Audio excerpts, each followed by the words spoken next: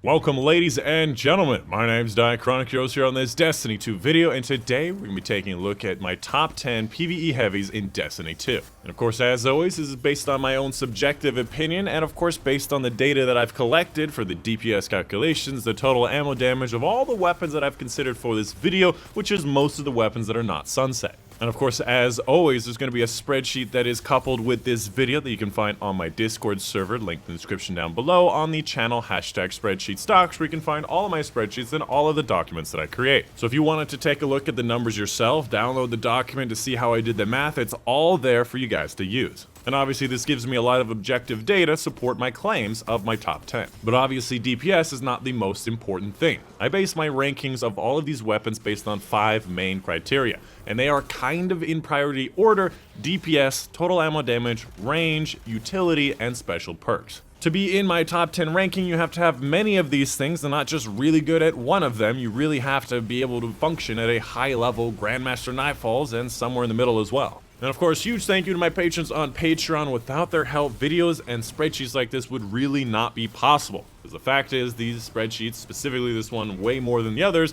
take a lot of time, 10 to 20 hours every single week, and I make absolutely no money from them. It actually detracts from the retention and viewership that I get on my videos, but I want to create these things because it's such a beautiful and useful resource. You don't have to click through a video endlessly to find what you're looking for. And I'd love to see things like this in other games. And the patrons on Patreon are making that possible. So if you want to see these spreadsheets continue, or the things that I do on my channel in general, please consider checking out my Patreon, link in the description down below. And if 0.1% of you gave $10 a month, I'd be able to make minimum wage. Moving on to the main section of this video, let's go ahead and take a deep dive into the spreadsheet, which I'll be splitting into 2 major parts. The first part is going to be an intro and a recap of the changes that I made to the spreadsheet. The new people to this resource and to my videos, it's going to be very useful because the more you know about this resource, the more you can get out of it. And the second part, I'll be talking about the different classes of weapons and the top 10, why you'd use certain weapons and why you can't just use the number 1 weapon the entire time. So if you've never seen my spreadsheets before, this is what they look like. There's dark theme, there's color coding, there's pictures, there's perk and mod and masterwork recommendations for all the legendary weapons. There's information about exotic catalysts and how you get it, what the effect is, how do you unlock it. A bunch of different notes and information that I could possibly know and give you information about for these weapons, as well as DPS calculations, legends, and notes for all the weapons that I've considered for this video. And obviously I have not done every single weapon in the game. I couldn't hope to possibly cover all of the weapons in the game. These are just the weapons that I've considered for this video that are of the current sunset, which obviously is going to be a very important thing, which is why I have a sunset column showing you which weapons are currently sunset, which weapons are gonna sunset next season, and which weapons are going to be good for a long time. If you scroll past the bottom, I also have a bunch of different charts, so you can see visually what certain things look like as far as DPS, as far as total ammo damage across the board, as well as a logarithmic scale. If you are using this on PC, you will see these little black corners in the top right. This will give you extra notes. These are notes that I have created. They're going to be very important and very useful. These are going to be across the top, across certain cells, and especially so on all of these things. Especially if you download these things, you'll be able to see, if you double click on certain cells, you'll be able to see exactly how certain things were calculated. And of course, these notes help you understand what this is. And honestly, me, because some of these things are really complicated. Up next, I wanted to talk about some changes that I made to the spreadsheet, one of which is going to be very titillating to some of you math nerds out there, that makes a lot of these numbers a lot more accurate. First and foremost, I made some changes to the legend and general notes to make them a lot more accurate, better labeled, and of course more consistent through the drops in column to make them easier to read. Also updated the general notes to include a lot of new information many people had questions about, like what does BIC mean, what does honorable mentions mean, as well as list off all the damage numbers that I know about different perks. What does boss spec do? What does high energy fire do? What does whirlwind guard blade do? A lot of this stuff is now listed in the general notes and information. And one big thing that has been hanging over my head for quite some time is going to be the adjusted RPM. If you did not know, the adjusted RPM incorporates the reload time into the RPM to get a new adjusted RPM. However, I've had a problem for a long time now that it did not incorporate the fact that a weapon starts off with ammo off the bat. And this season, I finally realized all you have to do is just take the ammo time and then subtract 1 reload time, and bada boom bada bing, you have a much more accurate picture. because most of the time before you enter an engagement, you most likely have your weapons reloaded. This obviously may not be a big thing to a lot of people, but it has changed a lot of numbers pretty drastically. For example, the swords did not move at all because they don't have a reload time, but things like grenade launchers like Interference 6 moved from 30,000 to 35,000 DPS, meaning that it's a lot higher in the list and a lot more competitive to some of these things that don't have reload time. Certain weapons which only really reloaded once, like the 1000 Voices, was double impacted by its reload speed, but now only single impacted has a lot better standing. And this obviously applies to all the weapons all the way down, except for some weapons which I did some weird calculations, but it should be a lot more accurate now than it ever was before. And that's my goal with these spreadsheets, is to make them better every single time so that they're the best they can possibly be by the time we're 99 years old. Why 99? I don't know. And the last note I'll say about this is, if you're ever curious about how certain things are calculated, I would recommend you download these spreadsheets and double click on some of the columns. A lot of this stuff is very complicated, but if you take some time, you can understand why certain things are the way they are and why I did certain things as well. For example, the can mod section tells you if you can put a mod on the weapon, which will give you the ability to put on a boss spec or a major spec, which is around 7.75% more damage. Little bits and pieces across the whole thing are going to be very important to these calculations, and it's honestly something that I'm very proud of and very impressed of. Moving on to the second major section of the video, let's talk about the different classes of weapons, the best archetype within those classes in the current meta, the exotics, and the top 10 along the way. First and foremost, we have the heavy machine guns, and obviously the heavy machine guns are not performing that well in DPS. The best heavy machine gun of the Xenophage at 23,000 DPS is still leagues below a lot of the other options, which is, by the way, kind of a personal pet peeve of mine. People are constantly telling me Xenophage is the best DPS or one of the best. It's not. It's only really good against Garden Boss because he takes more explosion damage, as far as DPS goes. Now, the main reason I would use these heavy machine guns is actually going to be in Grandmaster Nightfalls. In Grandmaster Nightfalls, when I need to break an enemy shield of a very specific type, like Void or Arc, I take a Commemoration or a 7 Seraph Saw. Again, for the main purpose of being able to break an enemy shield with match game and extra shields of a very specific type at a very comfortable range with a lot of ammo, which is something that's very, very useful. And in another application, I like to think about it in the 5 rankings that I mentioned before. Firstly, it does not really have that much DPS, but it does have a decent total amount of damage. It has really good range, it has really good utility in breaking those shields at a comfortable range, and the specific few that I've selected have really good stats and really good sets of perks. My personal favorite is going to be the 450 heavy machine guns. Unfortunately, Avalanche is inferior to the Commemoration almost every single way when it comes to stats, which is terrible, and that's why it's not in the top 10 and Commemoration is.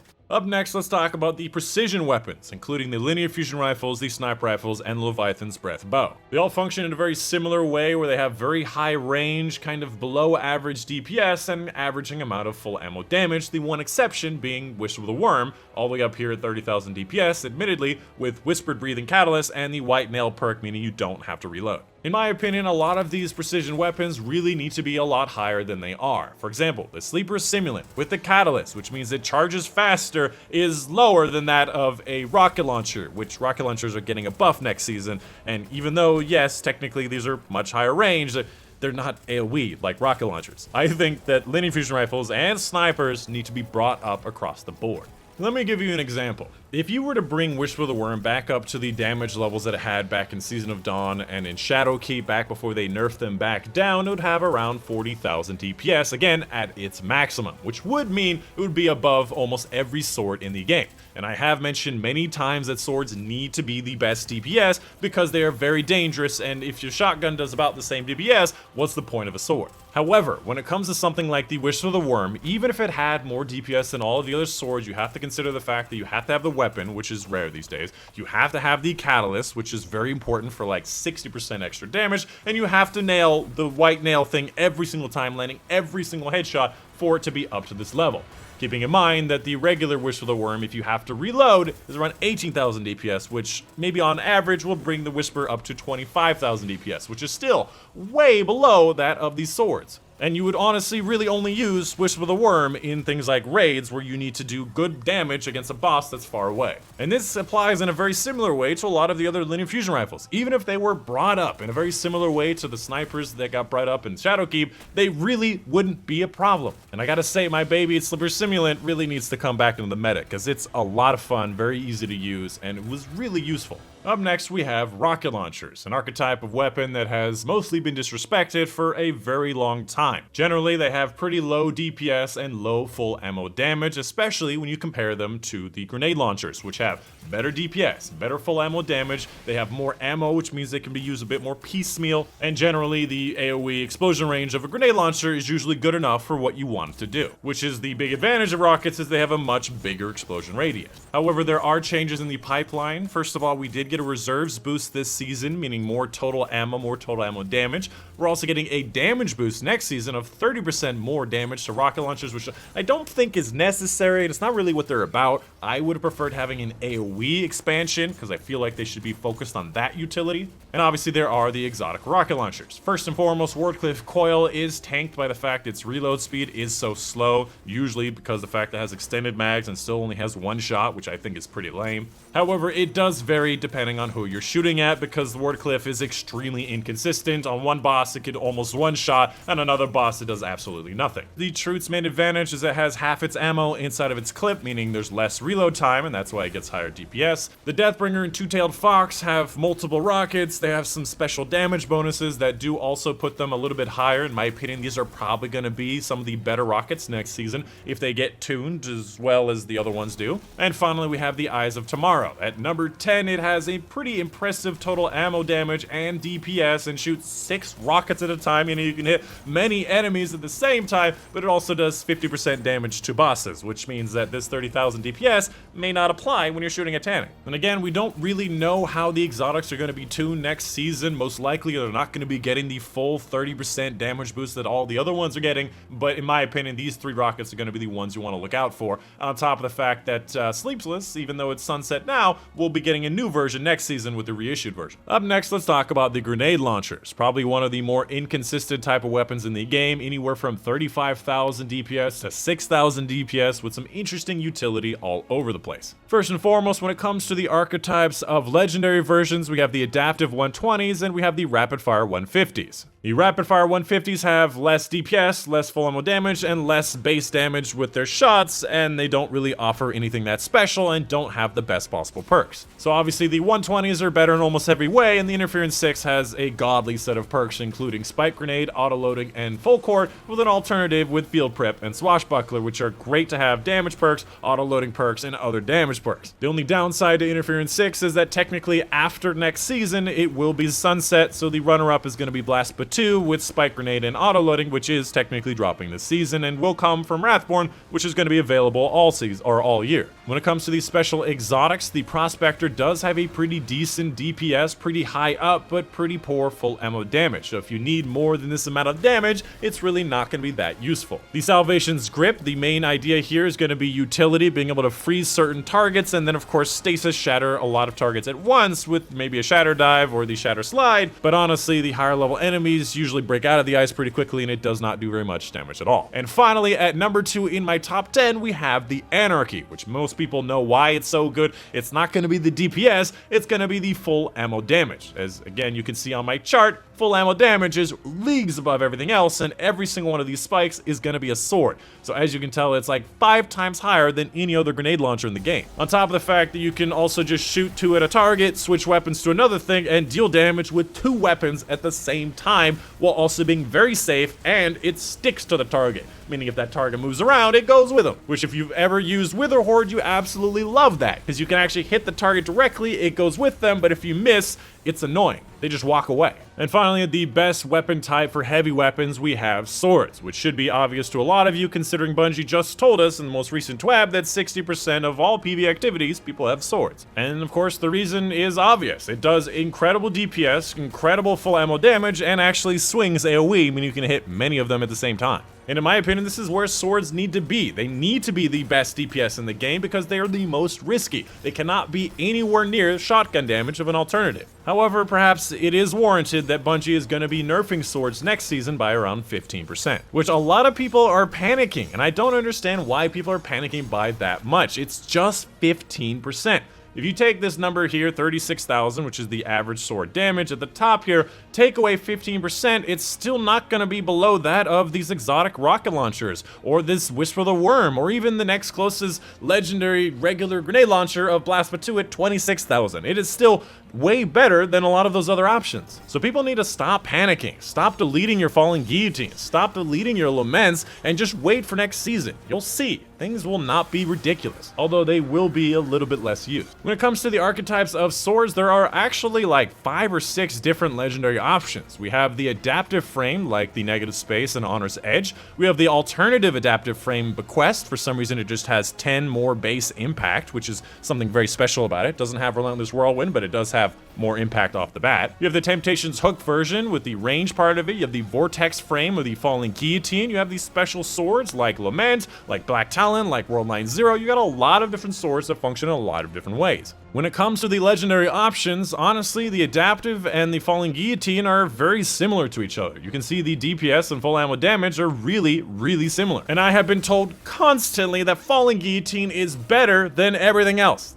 Fact is, it's not. If you have a Relentless Whirlwind on a Negative Space adaptive frame sword, you can do pretty much the same thing. The major difference is that Fallen Guillotine swings in a big circle, hitting many targets at the same time. And that's why it gets an A rank over a B rank, but they're functioning very similarly, and that's why they're part of the same rank at rank 4. Beyond that, we also have Temptations Hook, which gives you more versatility, still having a pretty decent DPS, pretty decent full ammo damage, and also giving you the ability to strip arc shields at range. And a pro tip, if you just want to strip the shields off of a target just in front of you and you don't want to use 8 ammo at a time, just guard right before you swing and you only send out 1 ammo's worth. For the exotic swords, we have World Line Zero, which is only really used in speedruns, and I think they actually did patch that. And honestly, the Fallen Guillotine does the spinny thing just like it does, but a lot easier with a lot more damage. The Black Talon, in my opinion, is a highly underrated weapon in the meta. It does not have Relentless Whirlwind, and yet it's still doing really high DPS and a decent full ammo damage, and I'd highly recommend checking it out, especially if you want to stay safe and do a lot of good damage. And then finally, Lament, the #1 best PvE heavy in the entire game, with an insane DPS and burst DPS, the best in the game by so much that it's getting really close to the Celestial Nighthawk's DPS, which if you don't know, the Celestial Nighthawk's DPS is based on how long it takes to activate the super, use the weapon properly, and then deactivate the super and use your next weapon,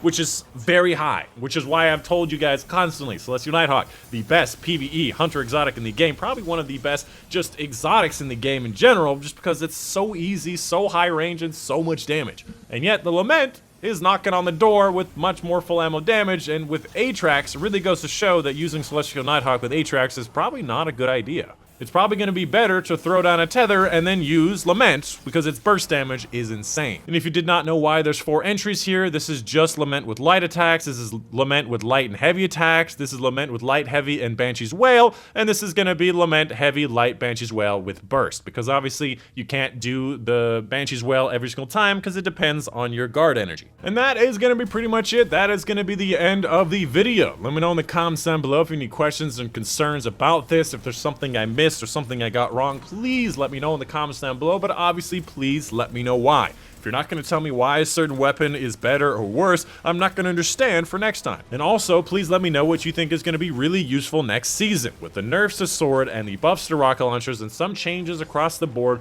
a lot of stuff is going to change. What's going to be on top? What do you guys think is going to be that? And of course, again, huge thank you to my patrons on Patreon making spreadsheets like this possible. Specifically, thank you to Medibuju, Mom and Dad, Shadow Moon, Joe Smith, Monday, Natalie Halpin, Steve Bachmanwitz, Justin Ray, Raymond Showman, and Unipanther for their support on Patreon. If you wanted to make this even harder on me, please check out my Patreon in the description down below so you can make this really fast speed really hard to do. But yeah, that's going to be the end of it. Hope you guys did enjoy. My name is Dychronic, and I will see you guys on the next one.